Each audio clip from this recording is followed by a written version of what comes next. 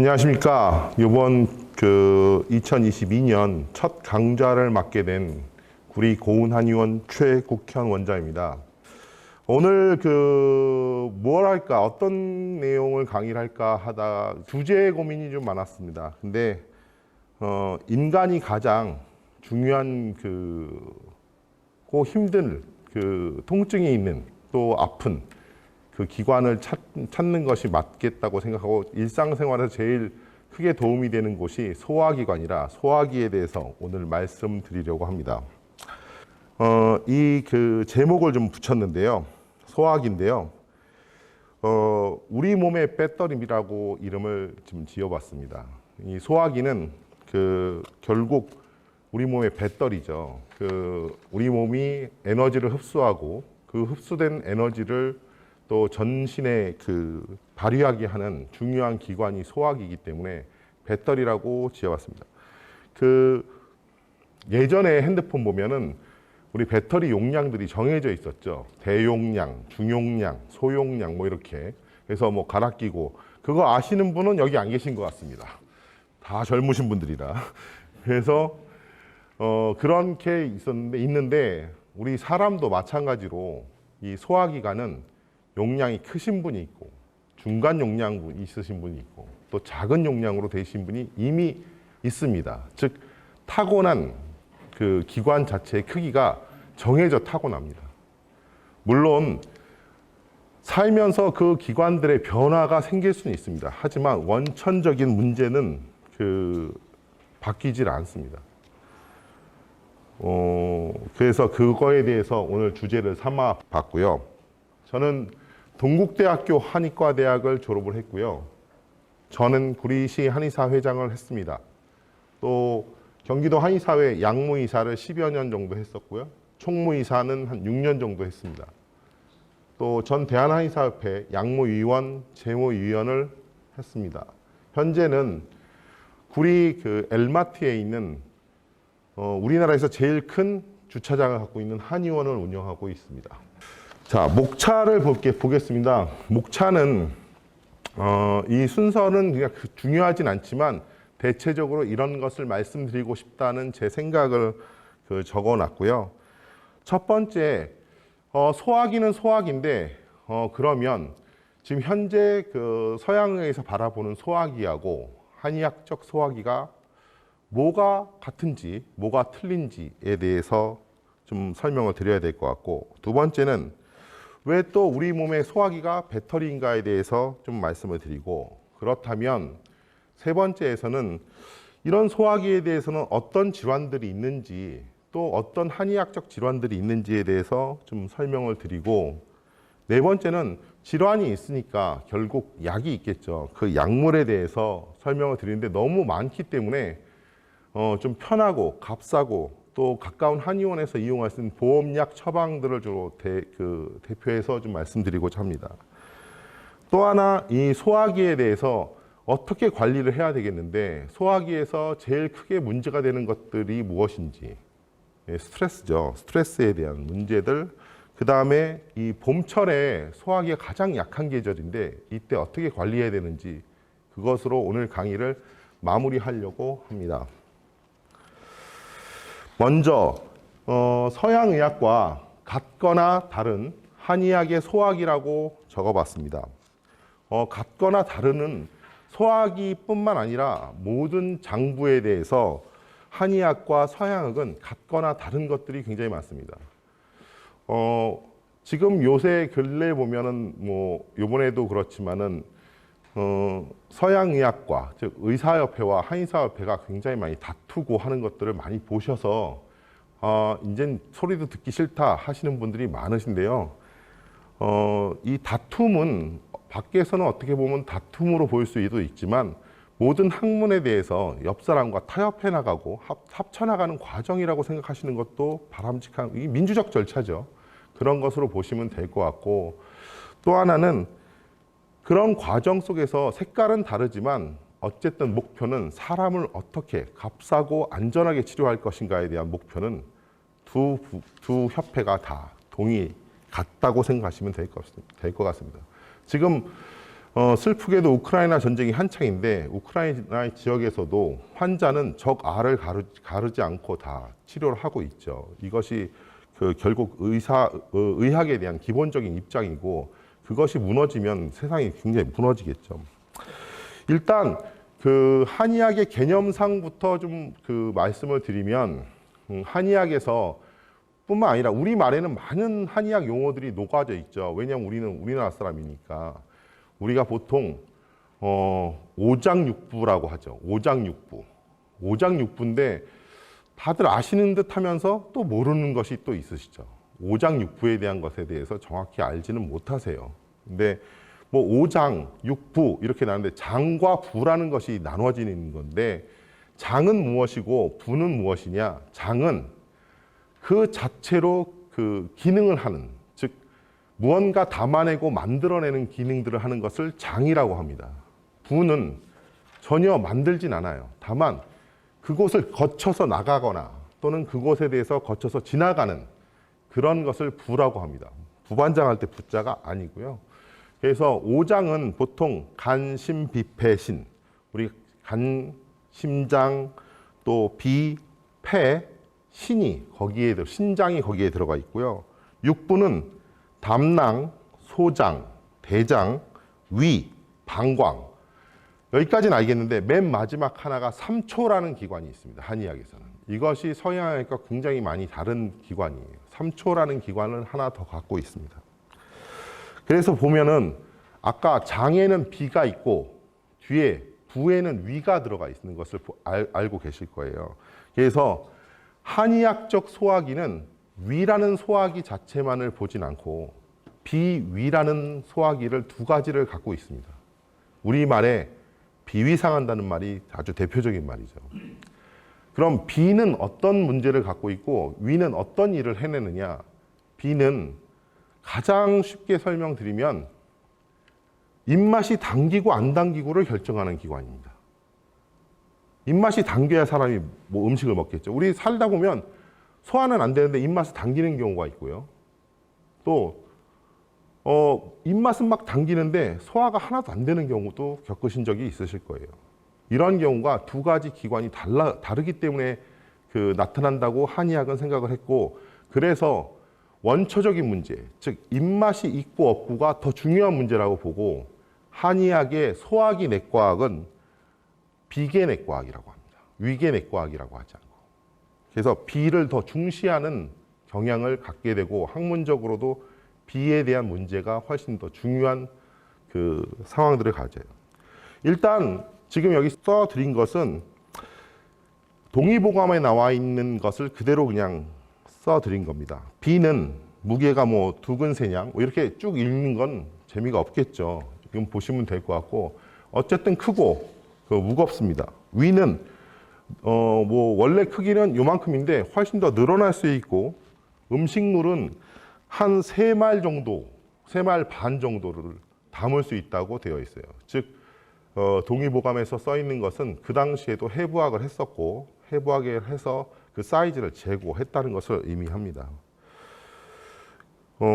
그래서 비위라는 말은 거기서 나오는 거고 네이버에서 비위를 찾아보면 이렇게 되어 있습니다. 1번 지라, 비장과 위를 통틀어 이루는 말.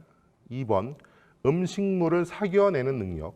3번 어떤 음식물을 먹고 싶은 마음. 그래서 비위 기능을 혼합적으로 좀 사용하고 있습니다. 근데 이 밑에 참고로 제가 좀 써놨는데 비위에 대한 말들이 좀 많죠. 우리 말에는 비위 상한다는 말이 제일 대표적인 말이고 또 우리 비위 맞춘다 그러죠. 뭐 상관이라든가 또 옆 사람이라든가 뭐 비위를 맞춘다 뭐 이런 얘기도 있고 또 나는 비위가 너무 약해. 잘 못 먹어. 뭐 회 같은 건 잘 못 먹겠어. 뭐 이런 사람들도 있겠죠. 보통 비기혈증 또 비라는 문제를 소화기 입맛에 대한 문제를 가장 많이 겪는 연령대가 있어요. 어디냐면 소아들이 그렇습니다. 소아들은 아주 비위가 좋은 친구들은 보는 대로 입에 넣어요. 아기 때. 근데 약한 친구들은 내가 먹던 것만 손에 댑니다. 편식이 강해지죠. 그래서 그 편식을 교정하는 것 때문에 또 애를 쓰는 분이 있고, 또 비위가 약한 또 중간 단계가 있는데, 제일 그 남자분은 모르는데 여자분들은 임신 때 그렇습니다. 그래서 임신 오조라고 하죠. 임신 때 보면 제 안 사람들인데 뭐 방에서 곰팡이 냄새가 나, 후각이 굉장히 예민해지거나, 뭐 비린내가 되게 싫거나, 또는 어쩔 때는 갑자기 딸기 구해가지고 오라 그러죠. 갑자기 밤에 뭐가 먹고 싶다고, 이렇게 특징적으로 무언가 땡기게 하거나 하는 문제들의 교란이 오는 시기가 여성분들은 임신 시기예요. 또 맨 마지막에는 노년의 세계에서 비기가 작동을 안 하는 경우가 많습니다. 어른들은 밥을 드셔도 아유 모래알 씹는 것 같아, 뭐 소태 같아, 뭐 이런 말들 하시죠. 즉 입맛이 없다는 것을 반증하는 거죠. 그래서 이런 것들이 이제 비위라는 것에 우리가 다 녹아들어 있는, 우리가 그냥 쓰고 있는 말이라고 생각하십니다. 그래서 우리 한의학에서는 비와 위의 기능을 따로 분리하거나 또는 같이 합쳐서 인지해서 생각을 했고, 그것에 대해서 치료를 해나가고 있는 거예요. 즉 서양의학과 차이는 이 비라는 기관의 차이라고 보시면 됩니다. 그래서 소화기 내과학 자체를 비계내과학이라고 한다고 말씀을 드렸고요. 또 하나, 이 소화기는 우리 몸에 거울이 있습니다. 우리 몸속에 소화기가 문제가 생기면, 어떤 문제가 생기면 피부에서 문제가 생깁니다. 제일 먼저. 그래서 피부의 한자를 보시면 부자의 이 안에 보면 위자가 들어있어요. 그래서 우리가 음식을 잘못 먹거나 뭐 상한 음식을 먹거나 그러면 제일 먼저 두드러기 같은 게 나죠. 가렵고 두드러기가 나고. 그 소화기 자체의 문제가 됐을 때 여드름도 되게 심해질 수 있습니다. 그래서 피부 질환의 거의 70%는 사실 피부 자체의 문제보다는 소화기 질환에 가깝습니다. 물론 외부에서 오는 균이라든가 바이러스에 의해서 나타나는 것도 있지만 굉장히 더 많은 부분이 이 소화기에 대해서 문제가 생겨서 나타나는 경우가 더 많다고 보시면 될 겁니다. 즉 맨 처음에 그 제목으로 지었던 소화기는 왜 우리 몸의 배터리인가에 대해서는 이제 어느 정도 아셨을 거예요. 이 배터리가 약하면 결론은 사람은 굉장히 처지고 힘이 들게 되죠. 아니 우리 제일 요새 핸드폰 많이 갖고 다니시는데 핸드폰의 배터리가 한 20% 남았다. 그러면 우리가 딱 생각하기에 아 충전해야겠구나 생각이 드시죠. 20% 갖고 아 되게 많네, 그냥 살아볼까? 이렇게 잘 생각 안 하실 거예요. 대부분 아 이제 충전해야 되겠다라고 생각을 좀 하실 거예요. 그래서 우리 몸은 이 배터리가 왜 좀 중요하냐? 우리 몸은 크게 두 가지 기운으로 만들어졌다고 돼 있어요. 그래서 첫 번째는 제일 중요한 거죠. 선천적 기운입니다. 선천적 기운은 한의학에선 신장이래요. 신의 그 타고나는 것을 갖고 있는 것을 말합니다. 신이라고 하는 것은 꼭 콩팥을 여기서 얘기하는 것은 아니에요. 신장은 우리 몸의 그 어떤 정미로운 물질, 씨앗 같은 것이라고 보시는 게 훨씬 더 정확할 거고, 그 문제는 타고나는 거예요. 내가 어떻게 바꿀 수가 없어요. 그러니까 저는 이렇게 태어났어요. 제가 어렸을 때 굉장히 총명하다는 소리 많이 들었습니다. 저희 외가는 다 마르셨어요. 외삼촌들은 다 마르셨어요. 저희 친가는 저처럼 다 뚱뚱합니다. 그래서 사람들 많이 모이면 뚱뚱하면 삼촌이라 그러면 다 오케이고 마르면 외삼촌이라 그러면 다 끝났어요. 그래서 타고나는 것에 대해서 어쩔 수 없이 분리하게 돼 있어요. 그래서 이 두 가지 기운이 있는데, 문제는 선천적 기운은 우리가 어떤 노력을 해도 바꾸기가 거의 불가능합니다. 두 번째, 후천적인 문제는 어느 정도는 바꿀 수가 있습니다. 우리 배터리는 갈아 끼울 수가 있죠. 그래서 우리가 노력해야 되는 부분은 후천적 문제에 더 노력을 해야 된다는 거예요. 그래서 선천적 문제를 보면은 타고난 힘, 체력 또는 키, 유전적 질환, 이런 것들은 우리가 바꿀 수 없는 것들이라고 보는 거죠. 물론 키도 선천적과 후천적 문제가 다 따로 있습니다. 후천적인 것은 결국 소화기 바꿀 수 있는 거, 환경, 운동을 통해서 적극적으로 어느 정도 바꿔낼 수 있다고 보는 거예요. 그래서 소화기를 바꿀 수 있는 좋은 기회들이 있기 때문에 이 기회들을 꼭 잘 활용하셔야 돼요. 여기서 또 좀 우크라이나 전쟁에 대해서 또 좀 말씀드려야 되는 게, 우크라이나가 전쟁 초기 전에 원래 소련에서 분리될 때만 해도 전 세계에서 국방력이 전 세계 4위였다고 들었습니다. 근데 어느 순간 갑자기 20몇 위가 되더니 국방력이 없어지면 그렇게 막 쳐들어오는 거죠. 우리가 당해낼 수가 없는 거죠. 즉 우리 몸의 모든 면역 장치는 우리 몸 배터리가 중요하게 작동을 해야 돼요. 이 작동이 안 되면 다른 어떤 힘도 막아낼 수가 없습니다. 자, 비위의 기능은 결국 후천적인 기능 중에 제일 대표적인 음식물이죠. 음식물을 계속 보급받으면 섭취, 소화, 흡수하는 과정을 통해서 우리 몸 에너지를 충당하고 삶을 영위하는 거죠. 결국 사람은 음식을 먹지 못하면 죽게 됩니다. 뭐 당연하겠죠.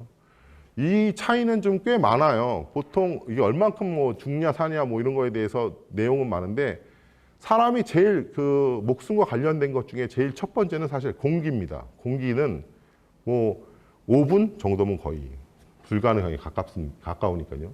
두 번째는 물입니다. 물도 굉장히 어려워요. 또 하나는 수면입니다. 또 마지막으로는 음식물이에요. 음식물은 보통 7일에서 14일까지도 견딜 수 있다고 돼 있는데, 보통 7일 정도를 생각을 하시면 대충 맞을 거라고 생각합니다. 자, 이제 소화기 질환에 대해서 좀 볼 건데요. 이 소화기는 이제 우리 서양의학에서 보면은 결론은 굉장히 많아요. 소화기로 따지면 이부에서부터 시작해서 우리 항문이 한자라 별로 재미없어. 저는 원래 그냥 똥구멍인데 우리말이 참 이게 좀 간사스럽죠. 근데 사실 맞는 말인데, 거기까지가 전부 다 하나의 관으로 되어 있는 하나의 기관입니다. 사실 파이프죠, 파이프. 그래서 소화기 안은 원래 내부가 아니라 외부예요. 왜냐하면 다 통해서 끝까지 다 외부로만 돼 있으니까. 그 안에서 어떤 물질은 다 배설하게 돼 있지 몸에 절대 흡수하지 않게 돼 있거든요. 그러니까 원래는 외부입니다. 그래서 구강에서부터 우리 치아, 이빨, 식도, 위. 근데 여기서 이제 비가 들어가고 간이 들어가죠. 그 다음에 소장, 대장, 항문 이렇게 나누는데요. 먼저 구강을 보면, 구강에서는 기본적으로 음식물을 씹고 하는 역할들이 있지만 제일 중요한 건 사실 저는 침입니다. 침이 우리 몸에 상당히 중요해요. 침은 98.5%가 물로 되어 있습니다. 한 1.5%가 다른 물질로 되어 있고요. 소화 효소, 그 다음에 구강 내 세균을 소독하는 것들. 우리 어른들이 가장 힘들어하는 게 침이 없어지는 거예요. 나이가 들면 침이 없어져요. 침이 없어지면 우리 젊은 친구들 막 침 많이 뱉고 다니죠. 침 절대 뱉지 마세요. 침은 굉장히 소중한 액체입니다. 나중에는 만들고 싶어도 안 만들어져요. 침샘이 우리 몸에 3개가 있습니다. 자꾸 막혀요. 나중에는 나오고 싶어도 안 나와지는 게 침이고, 침이 없으면 잇몸 질환, 또 충치, 또 소화, 다 모든 게 다 망가지기 시작해요. 그 다음에 치아, 이거는 강조 안 해도 잘 아실 거고, 그 다음에 식도, 그 다음에 위로 들어가죠. 비는 사실 들어가는 구멍은 없습니다. 다만 아까도 말씀드렸지만 비는 우리 몸의 위를 조절하는 기관으로 되어 있고, 소화기 내과학에서 또 중요한 게 간입니다. 간은 소화기 내과에 포함돼요. 그래서 간암에 걸렸는데 왜 소화기 내과에 병동에 가 있어 이러시는 분이 많아요. 간하고 담낭, 이것은 소화기 내과에 들어가 있는. 소장, 대장, 항문, 소장, 대장, 항문은 다 아시겠고. 좀 특이한 것은 우리가 대장암은 많이 들어보셨죠. 근데 소장암은 잘 못 들어보셨을 거예요. 소장은 위에서는 소화를 해내고, 소장은 그 에너지를 흡수하는 기관입니다. 대장은 물론 대장도 흡수를 해요. 주로 물을 흡수하게 돼 있고요. 그 다음에 분변, 이게 배변하게 돼 있죠. 그래서 우리가 말하면 처리, 재활용 시설 또는 쓰레기 처리장 같은 곳이에요. 그래서 항상 균도 많고 외부로 또 항문으로부터 들어오는 균도 많고 해서 여기는 항상 문제가 많아요. 물론 소장암이 있습니다. 소장암이 있는데 전체 그 대장암에 비해서는 뭐 엄청나게 떨어져요. 그 소장암은 정말 발견하기 또 어렵습니다. 그래서 그 내시경을 꼭 하시는 것을 좀 추천해 드려요. 이미 증상이 있을 때 되게 어렵습니다. 자, 세상에서 가장 많이 팔리고 처방되는 약은 무엇일까요? 혹시 뭐 생각나시는 약이 있으신가요, 혹시? 아, 너무 빨리 써놨다, 제가. 그 뒤에 써놨죠, 제가. 맞습니다. 소화제입니다. 요새 오미크론 때문에 진통제가 제일 많이 팔려서 지금 해열 진통제가 없다고 약국에서 난리죠. 그래도 전 세계에서 제일 많이 팔리는 약은 아직까지도 소화제입니다. 2위와 거의 배 차이가 납니다. 그만큼 사람은 계속해서 소화제를 먹고 살아야 돼요. 소화가 잘 안 된다는 거죠, 쉽게 말하면. 이 소화기가 잘 안 되는 것 중에 문제는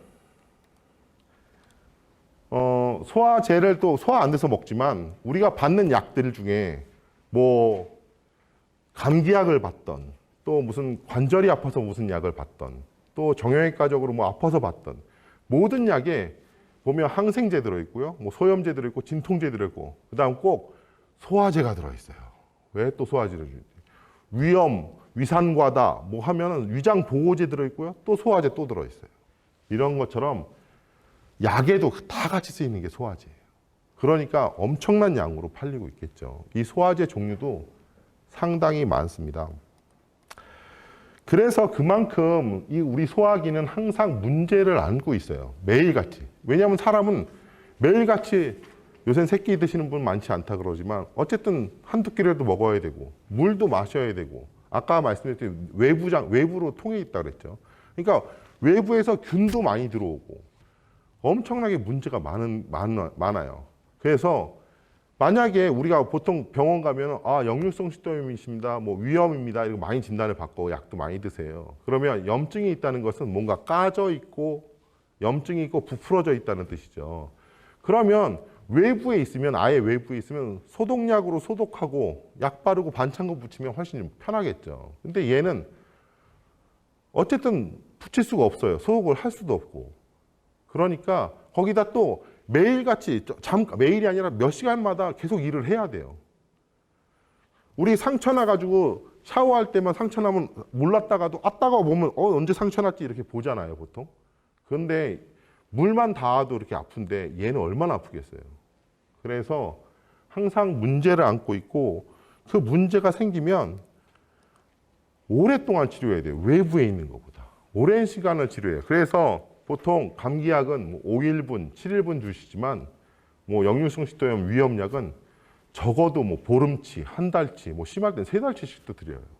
그만큼 치료가 잘 안 됩니다.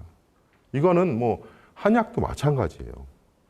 또 하나 문제는 우리가 보통 약을 먹잖아요. 뭐 이제 소화기 약 말고도 뭐 관절에서도 약을 드실 거고 고혈압 약 드시는 분도 있을 거고 뭐 당뇨약 드시는 분도 있을 거고 어쨌든 모든 약은 이 소화기를 거쳐야 돼요. 거의 대부분 약들은. 근데 소화기가 좋지 않으면 그 약의 효과도 많이 떨어집니다. 왜냐하면 소화기 자체가 좋지 않으니까. 그래서 소화기가 꼭 튼튼해야 돼요. 제가 이제 그 한의사도 국가고시를 보게 되죠. 국가고시에 뭐 문장이 이만큼 많습니다. 막 쫙 그걸 뭐 1분 안에 읽어내고 풀어야 되는데 거기 보면 뭐 환자의 뭐 바이탈 사인에서부터 뭐 인풋 아웃풋 뭐 다 써져 있어요. 근데 맨 마지막에 뭐 맥도 써 있고 그런데 맨 마지막에 문제의 이름은 뭐냐면 이 사람이 앞으로 살 확률이 높을까 사망할 확률이 높을까 하는 거예요. 근데 맨 밑에 그 비맥절이라고 돼 있다. 즉 한의학에서 맥을 보는데 소화기 맥이 끊어져 있다. 그러면 그분은 오래 살지 못해요. 지금 당장은 되게 좋아 보이다. 즉 우리 병원 가서 환자분들이 밥 잘 드시면 빨리 쾌차하세요. 밥 못 드시면 힘들어져요. 그러니까 그만큼 소화기가 또 중요합니다. 소화기 질환에서는 지금 제가 알려드리는 것은 뭐 서양의학적 소화기 질환이 아니기 때문에 한의학적 소화기에 대해서 알려드리고 한의학적 질환들을 일부 발췌한 겁니다. 너무 많아서 그 일부 발췌를 했고요.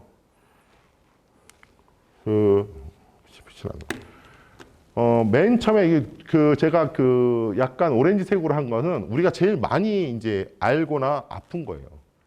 이제 쭉 읽어보면 식상, 식체, 담체, 냉체, 숙체, 비허, 도포, 주상, 노상, 구열 이걸 말고도 뒤에 또 있는데요. 맨 처음에 식상을 보면 식상은 그냥 그대로 음식에서 나온 거예요. 음식을 잘못 먹어서. 그러면 배탈 나고 설사하고 뭐 같이 나오겠죠. 이런 걸 얘기하고 식체는 우리가 잘 아시는 것처럼 체했네. 체했다. 이게 식체예요. 식체는 위의 운동력이 저하된 상태를 말합니다. 유경련 같은 거죠.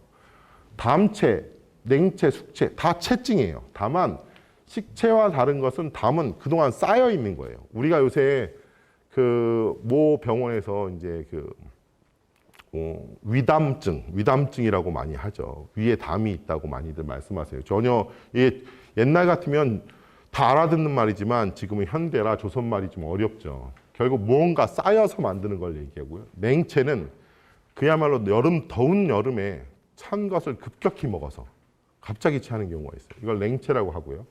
숙체도 오래된 체증입니다. 다만 담과 좀 다른 것은 다만 체증이 그냥 계속 가는 거예요. 뭐 어떤 분은 몇 년씩도 가죠.